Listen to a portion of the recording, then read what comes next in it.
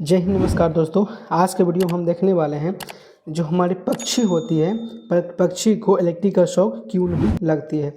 बहुत सारे जगहों पे आप देखे होंगे पक्षी क्या करती है, जो हमारी जो ट्रांसमिशन लाइन होती है, ट्रांसमिशन के लाइन पे भी जाके बैठ जाती है, फिर भी उसे इलेक्ट्रिक का शॉक नहीं लगता। ऐसा क्यों होता है?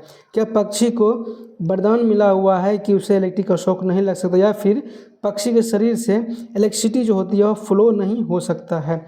क्या ऐसा कुछ है या फिर नहीं? इस वीडियो में सभी हम कवर करेंगे, क्योंकि आपने कई जगहों पर देखे होंगे कि पक्षी जो होती है हमेशा वायर पे जाके बैठती है और वायर पे बैठी हुई रहती है और उसे इलेक्ट्रिक का जो शॉक नहीं लग रही होती है।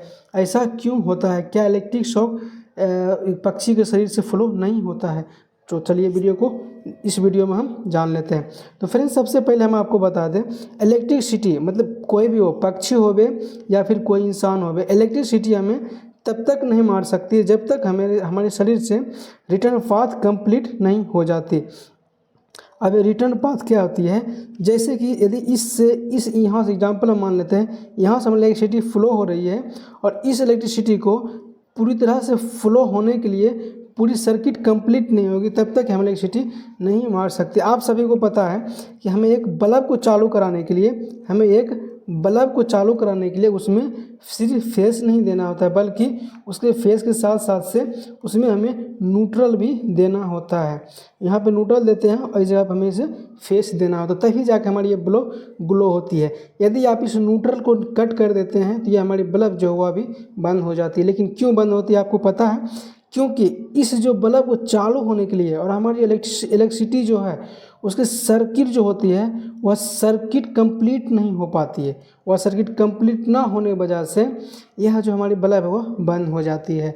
यदि आपको भी आपके बारे में बताते हैं या फिर हमें फिर कोई भी इंसान हो, यदि यह इंसान इस इलेक्ट्रिसिटी को टच कर देती है तो इस समय क्या होता है, इसे भी इलेक्ट्रिक का शॉक नहीं लग सकता, क्योंकि अभी तक इलेक्ट्रिसिटी का सर्किट कंप्लीट नहीं हुआ है। ये जिस पे खड़ा है वहाँ पे आइसोलेट किया हुआ, आइसोलेटर कोई ऐसा चीज़ है जिसकी रेजिस्टेंस हाई है और उस रेजिस्टेंस से इलेक्ट्रिसिटी फ्लो नहीं हो सकता है। और आपको पता है जब तक इलेक्ट्रिसिटी फ्लो नहीं हो सकता, हमारी सर्किट जो होती है और सर्किट कंप्लीट नहीं हो सकता, तब तक हमें इलेक्ट्रिसिटी नहीं मार सकती है। भले हमारे शरीर में इलेक्ट्रिसिटी फ्लो हो रही होती है लेकिन उसे इलेक्ट्रिसिटी नहीं मार सकती है।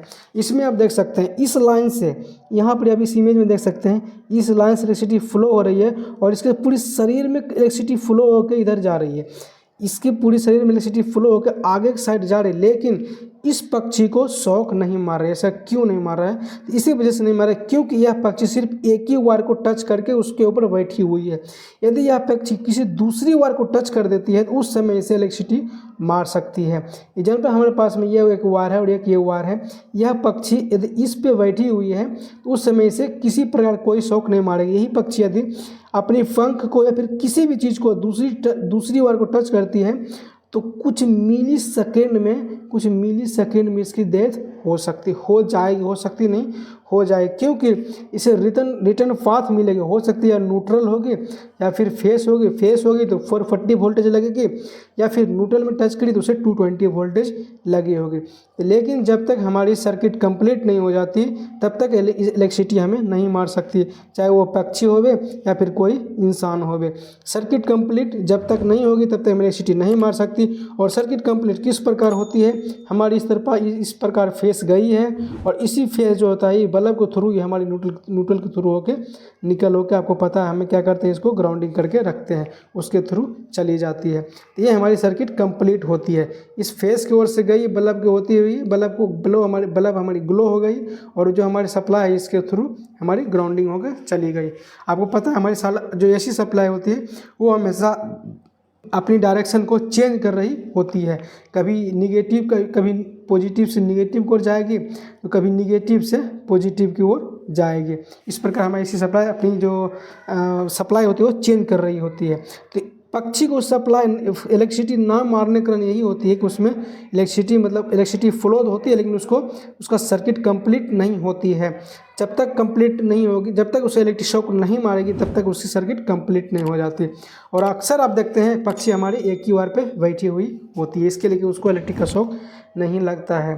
तो आप लोगों से उम्मीद करता हूँ इस वीडियो से आपको यह क्लियर हो चुके होंगे कि पक्षी को इलेक्ट्रिसिटी शॉक क्यों नहीं लगती है।